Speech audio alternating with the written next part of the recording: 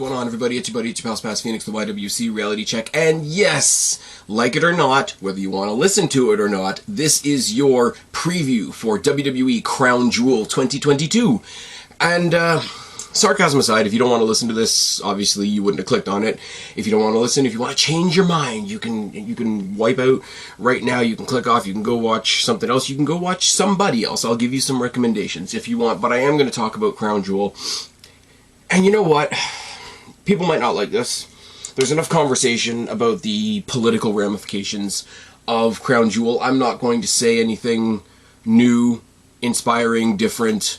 I'm not going to say anything that hasn't already been said 100 times about the Kingdom of Saudi Arabia WWE deal, the Saudi 2030, whatever it is. I'm not going to say anything new or different, and I might even say a couple of things people disagree with. So this is not going to be that. This is going to be WWE's putting on a show. They have put together a card. We are going to see some performers. I am going to talk about that show. I am going to talk about the performers on that card. And if you want to get into the political mishmash of it, which is a conversation that's never really going to change. You're going to hear the same takes just by everybody over and over and over again. I will say, go check out people like Good Mike Work. Go check out the guys over at What Culture. Go check out, even though he's on What Culture, go check out Simon Miller and his own content, because YouTube's fucking with him, so go show him all the support you can. But we're going to talk about the card here. Now, there are things about this card that are going to be affected by the fact that they're in Saudi Arabia. I will touch on those because I think it's going to indicate how they're going to have to go creatively with some of the stuff, but we're talking about that now from a creative point of view, from a booking point of view, from a progression and where do we go from here going on to War Games point of view. And the prime example of that is the fact that I'm going to talk about all the women at once. Which is not great. It's not great as a set point, but the women's tag team title match and the Raw Women's Championship match, they do really tie into each other, or at least I think they will. Now, Bianca Belair has had that title for time and days, and you guys already know what I think about that, and the hair thing is stupid, and she's getting to be a bit obnoxious, a bit Cena-esque. If you've been listening to my most recent series, which is called WWE Last Week, go and I will tell you all the reasons why I think Belair isn't terrible, but could do. She and the show and the company and the roster and the people around her could all benefit from her losing the title. And I'm not saying she wouldn't get it back again. That's fine. But the other side of this story, the other two members of Damage Control, along with Bayley, just lost their women's tag team championships to Asuka and Alexa Bliss, which I think is awesome. I mean, Alexa Bliss, always underrated, because how dare she be white, blonde, and successful, and Asuka hasn't had anything in a long time either. Now, she's presented as a badass more than Alexa Bliss is, and they have to do some fixing with Alexa Bliss to get over the Wyatt stuff that some people didn't like, that I think she deserves credit for throwing herself in with 2 feet on. They just won the titles on Raw. They're not going to lose them right away. I think the immediate rematch is sort of to solidify them as the tag team champions, and I think this is going to happen way early on in the night. You're going to have Alexa Bliss and Asuka go over Io Sky and Dakota Kai. We're going to get more insane one-on-one action within the tag between Io Sky and Asuka. Now, that has to be a pay-per-view match at some point.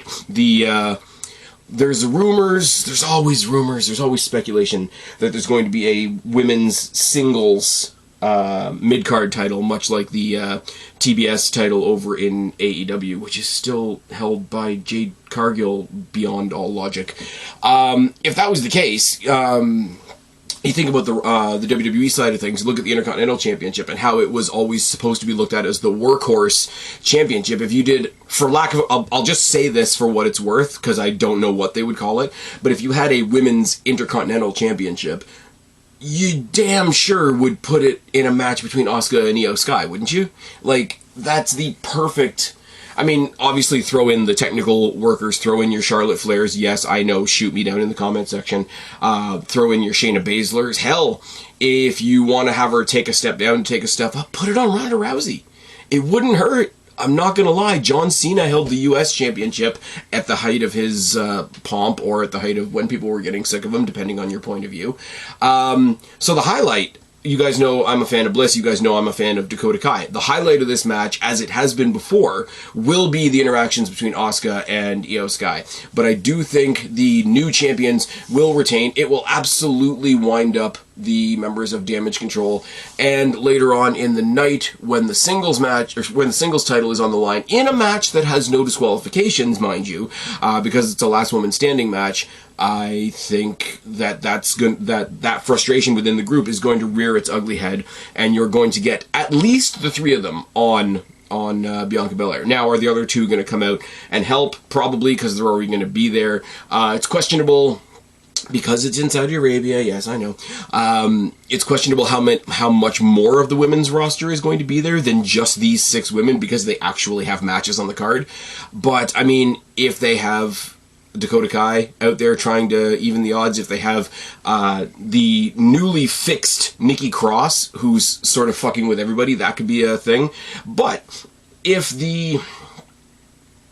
as I think of this, if the repercussions of Io Sky and Dakota Kai are that...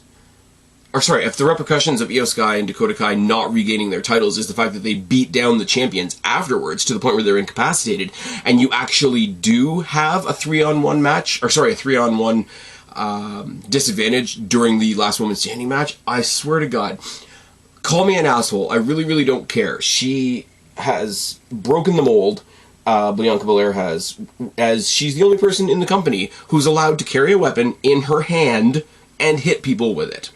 She's used the hair for an advantage and when she's supposed to be a babyface. So here's what you do. You beat the fuck out of her 3-on-1. Yes, she can still look strong because it was 3-on-1. You take that hair, you tie it to the bottom rope. She can't make her feet for the 10 count. Bayley's your champion.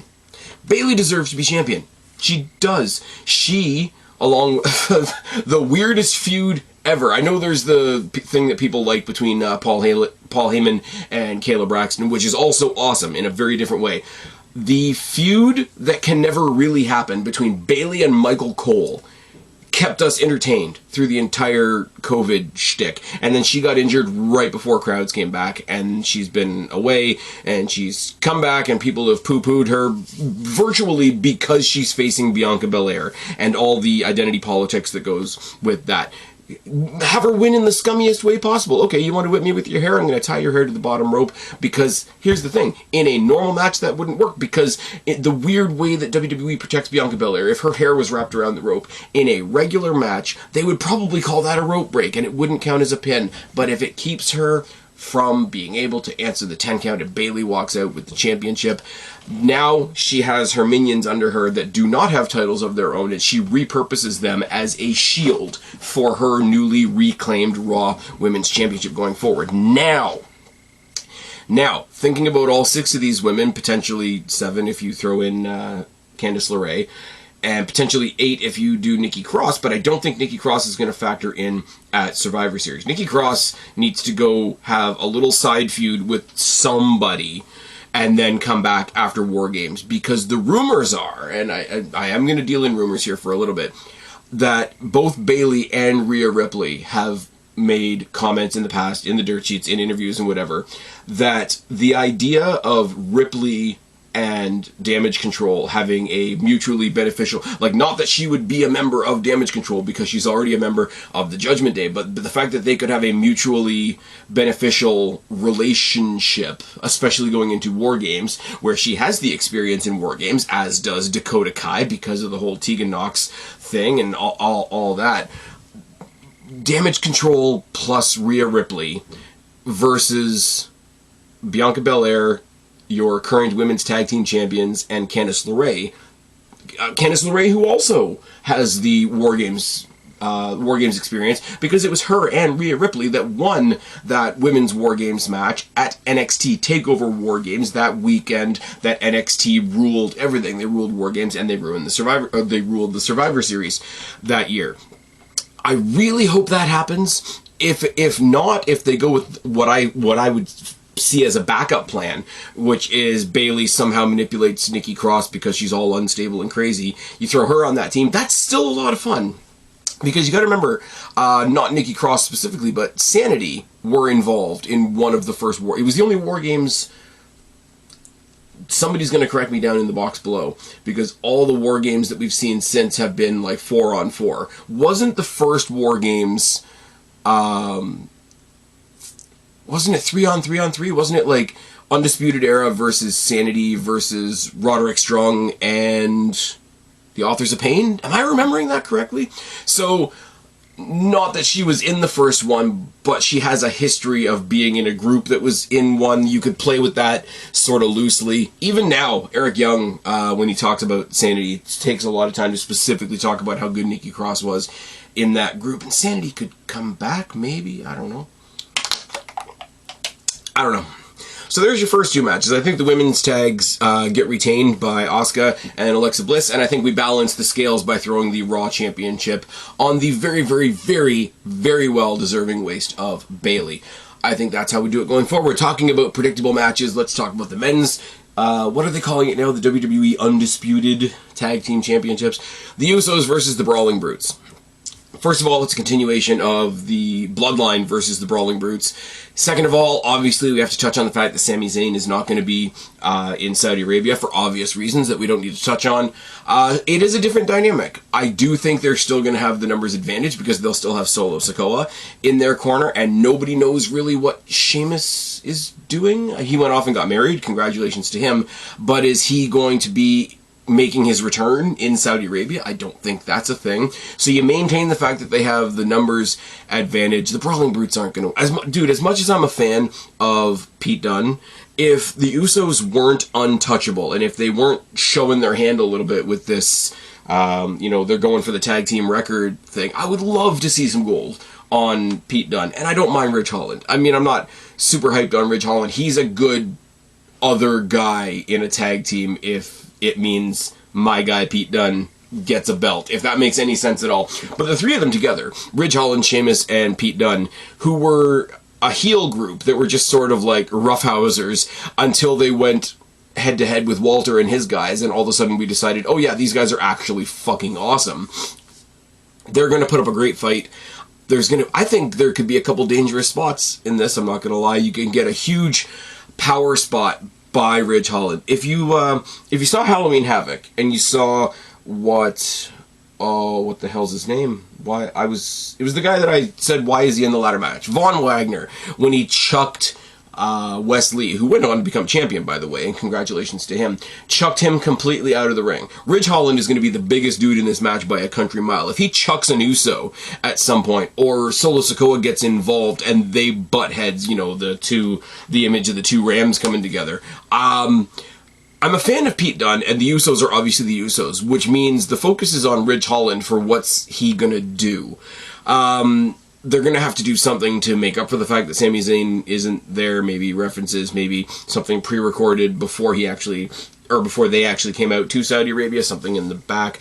I've read some of the spoilers for SmackDown. I don't know if they actually write Sami off or not. We know they pre-taped SmackDown last week because there's no SmackDown actually happening this week. I'm assuming they write him off in some sort of obvious way.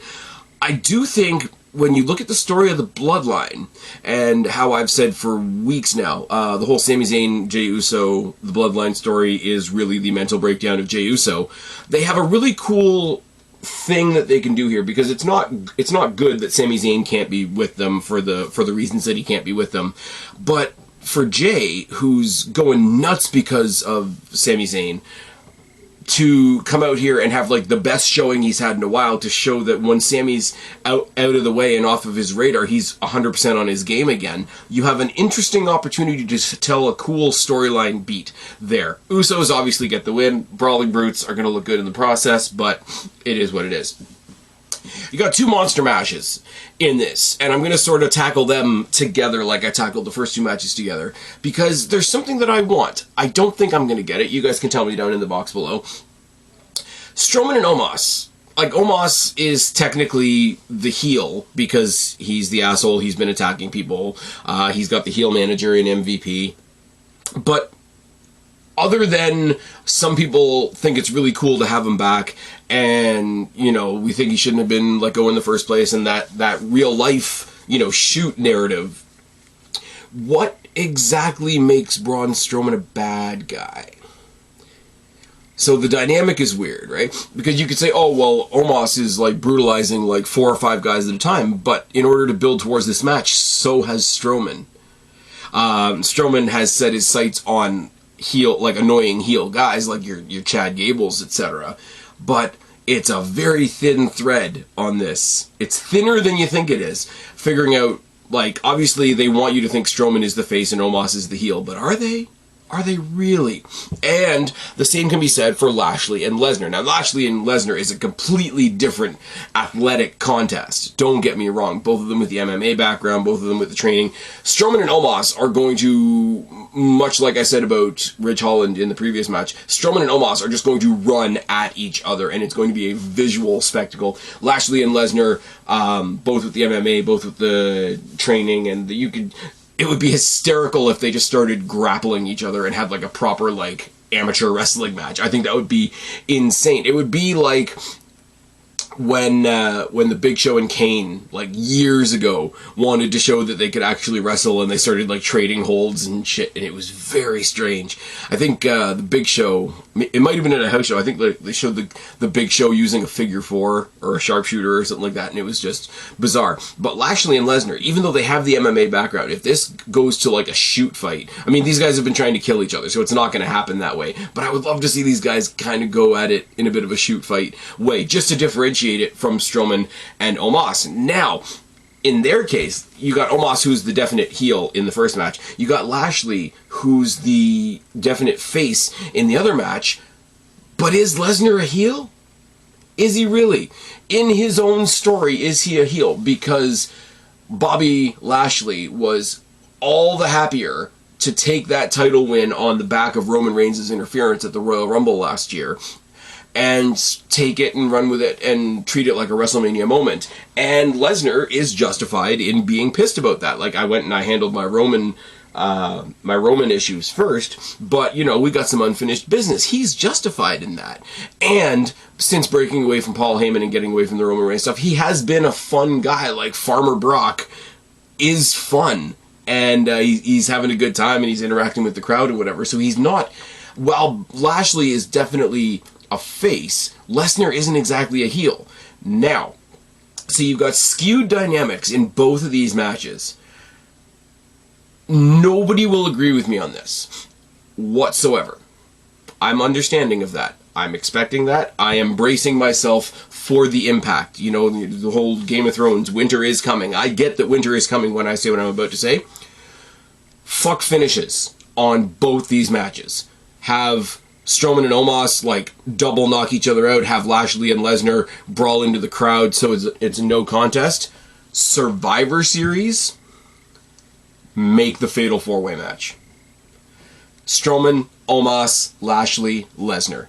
Tell me I'm wrong. In the I guess, immortal words of Bobby Fish, I never actually heard it because I didn't see his shtick in Impact, but apparently, tell me when I'm telling lies. It's all good. Cross versus Drew McIntyre in a steel cage. Now, for all the, this has been ridiculous, the storytelling's been ridiculous, people don't like that he made the screen black and white, that's so corny. Okay, get over it. What happened at Extreme Rules in the strap match was incredibly lame. The booking was incredibly lame. Karrion Kross getting to make his cool entrance in a big stadium, I'm not going to say in Saudi Arabia, but in a huge stadium for the first time, is going to be awesome. Why do I say this? Why do I say I'm looking forward to this? Because Karrion Kross, let's not forget, debuted in an empty Full Sail in the middle of the fucking pandemic. I saw that entrance, and everybody more or less said the same thing. Some version of the same thing, I should say.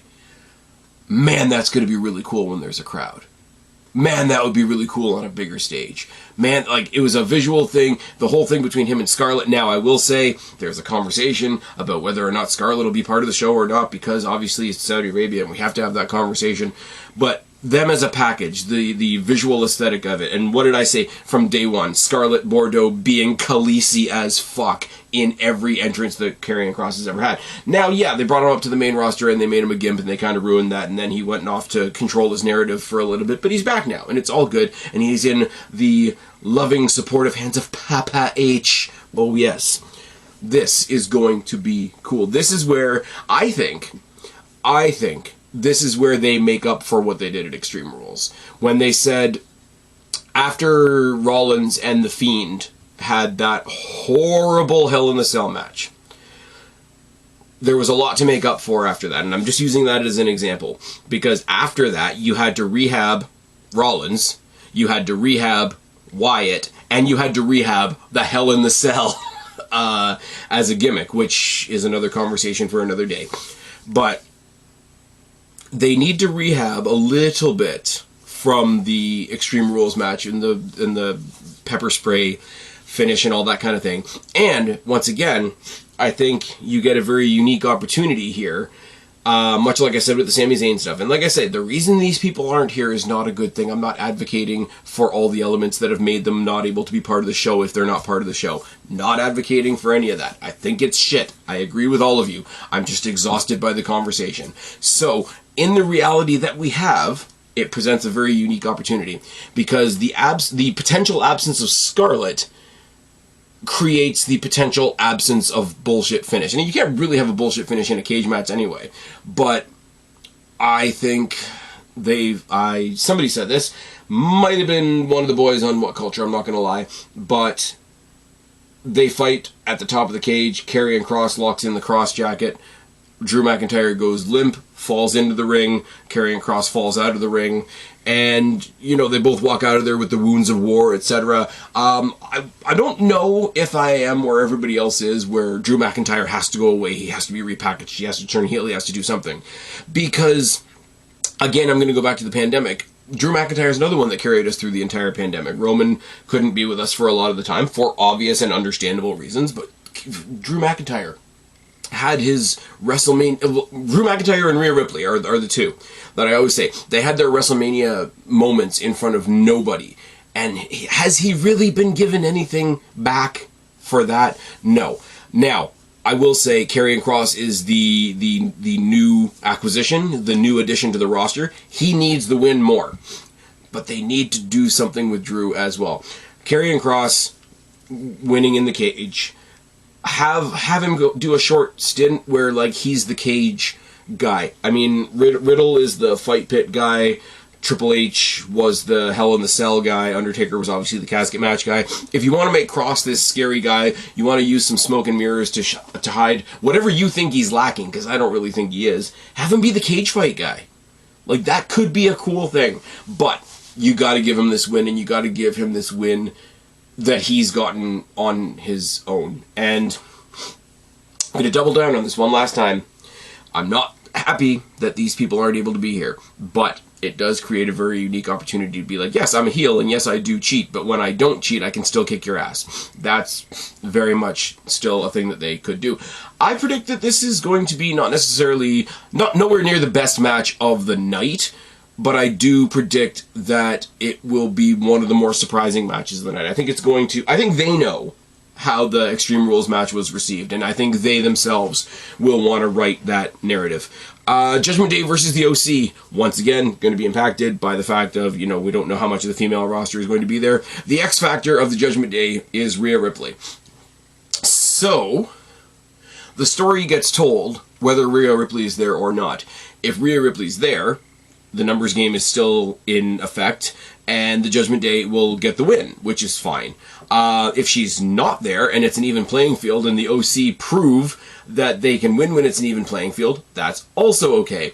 If the Judgment Day have Rhea Ripley with them, and they use this night to announce or surprise us all with who the female counterpart that the OC has come up with to counter Rhea Ripley, that is the least likely, I can speak, I swear, but that's also cool, and then the OC once again levels off the table. So the whole story of Judgment Day keeps winning because they have a numbers advantage, that story gets told regardless of whether Rhea Ripley's there. I hope she is. Don't get me wrong, Rhea Ripley's a badass. I'm a huge fan. You guys know this. Very, very, very fictionally jealous of Dominic Mysterio out there living all of our best lives for us. But considering we don't know and considering the track record so far, I got to go with the Judgment Day on this. I really like the Judgment Day.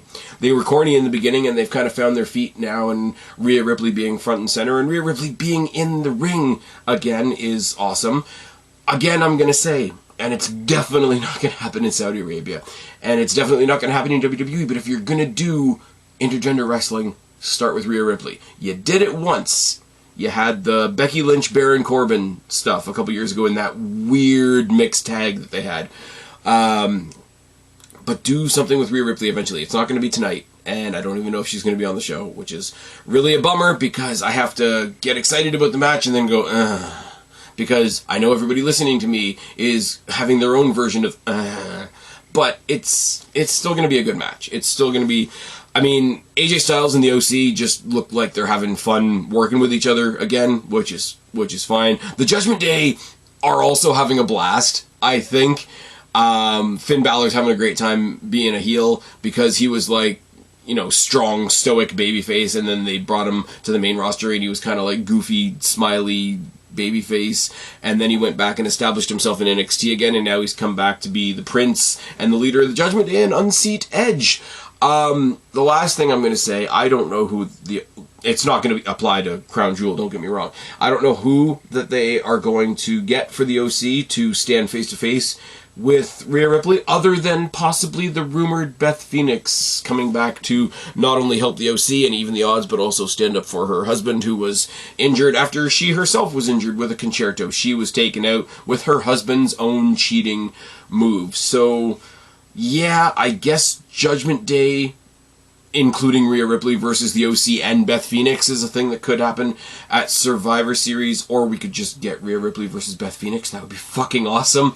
Yeah, rambling on quite a bit on this one because I think it's going to be a lot of fun. Judgment Day is my prediction unless there's some storyline progression there. Roman Reigns versus Logan Paul. What the hell do you want me to say about this? Really, really, really, what do you want me to say about this? He's the celebrity guy. It's fine. He can also kind of actually wrestle, which he's proven. Between him and Pat McAfee and Bad Bunny, the celebrity additions in these matches aren't doing too badly, are they? I'm not an idiot. He's not going to beat Roman Reigns. Apparently his brother's going to be with him, which has everybody all wound up. But as I don't... everything I know about Logan Paul is from what I've seen him do in wrestling. If his brother's going to be there, then cool. He's like, Roman's going to have the whole bloodline with him, and if his brother tries to get involved, then there's going to be a scrap, and you know what, as shitty as it is, maybe the main event gets thrown out. Now, do we see the Usos get injured and the only backup that Roman has is Solo Sikoa, and then Solo Sikoa gets taken out by Jake Paul, and then next week on SmackDown you get the dream match of all dream matches. You get the Paul brothers versus Sammy and Solo. Do they do something like that? Are they setting up something bigger for the future? I don't really know. I think this is going to be hysterical because this is the thing. Like I said it with the Judgment Day, even though the Judgment Day divides people and the Bloodline is seemingly universally loved. The best thing about the Bloodline, and I say this a lot, even if something sucks, and the Bloodline doesn't suck, don't get me wrong, even if something sucks, you will have fun with it if the wrestlers are having fun. My example has always been the stupid, for no reason match between Miz, Maurice, John Cena, and Nikki Bella. Did anybody care about that match? Did anybody expect a 5-star match in the Tokyo Dome, brother? Does WWE do horrible mixed tags? All of that's true. But that was a blast to watch because you could tell all 4 people in the match were having a blast. The couples probably like hang out backstage. I think Miz and John Cena have both come out at various points saying like, you know, they're actually pretty cool with each other. So they were having a good time. So even though it wasn't, you know, what I would necessarily tune into WrestleMania for, that was a fun thing because you could tell the people are having fun. And that, the promo the other week, the Jay's Not Feeling Too Oozy promo, Everybody was cracking up even when Jey Uso said, "I don't give a fuck what the tribal chief says." Everybody was cracking up because that tension was immediately broken by Sami Zayn saying Jay's not feeling very Usi right now. I don't know what Roman Reigns versus Logan Paul at a Saudi Arabia stadium show looks like. But I do know that it's going to be fun. Whatever it is. And I do know that Roman Reigns is walking out of there with the belts. Because nuclear. It would be absolutely nuclear if Logan Paul walked out of Saudi Arabia with both WWE World Heavyweight Championships. And there's always that little 1% of me that just kind of wants to watch the world burn, kind of wants to see Kofi Kingston get F5'd, kind of wants to see Daniel Bryan lose the title in 18 seconds. There's a little tiny bit of me, for the Twitter's sake, if nothing else, in this brand new Elon Musk era of Twitter, I kind of want WWE to put the title on Logan Paul. Because I'm an asshole. It's fine. I loved the Daniel Bryan 18-second squash because I knew specifically Deluxe Man was going to be pulling his mop out at the roots. I can't wait, or I wouldn't be able to wait, to get onto Twitter if they did this because everybody would be Deluxe Man, except for JD from New York, because JD from New York is still busy battling with the mid-card of the women's division in AEW, which is also hysterical. Go to No DQ. It's good shit. The other thing that I've left till the last, and I don't know why I've left it to the last, because I have no idea what's going on. Apparently Bray Wyatt's going to be on the show. No match, no nothing, obviously like that. But I can't fathom what this Bray Wyatt, which we're still figuring out what this Bray Wyatt is. I can't fathom what this Bray Wyatt is going to do in Saudi Arabia.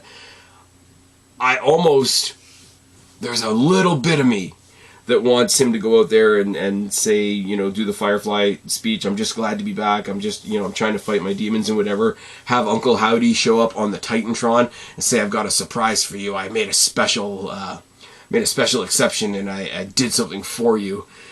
And they send out Goldberg and just like, what's it called? Sister Abigail to Goldberg to make up for the last time that Bray Wyatt was in Saudi Arabia. But that's not going to happen.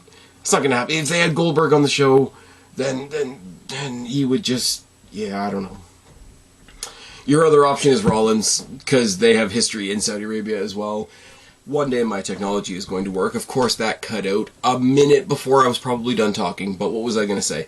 Yeah, if they bring out somebody that beat him before in Saudi Arabia, whether it be Seth Rollins, whether it be Goldberg, it would be really lame. I don't think they're going to do any of that. The rumors that the Uncle Howdy character is being actually played by, what's his name? Bo Dallas, just make me wonder even more what the hell it's going to be. I don't know. So, if nothing else, I want you guys to put down in the box below, what do you think they're going to do with Bray Wyatt? Are they going to do anything with Bray Wyatt? Is he just going to do another promo? Is it just going to be the segments that he's been doing on SmackDown where he's been trying to sort of open himself up to the audience and being cut off by Uncle Howdy, who's definitely trying to tell him what he is and what he should be and what mask he's wearing and all that kind of thing? Yeah, put that down in the box below. All the other stuff, let me know what you think all the women's title situations are going to look like. Let me know what you think the Usos are going to do to the Brawling Brutes. Let me know if you like my idea of all four monsters facing each other at Survivor Series. Are Karrion Kross and Drew McIntyre going to redeem themselves in this cage match? Judgment Day versus the OC. Do we have Rhea Ripley? Do we have Rhea Ripley's counterpart in the OC? What does a Roman Reigns versus Logan Paul match look like in a stadium in Saudi Arabia, especially if Logan Paul's brother is also going to be there?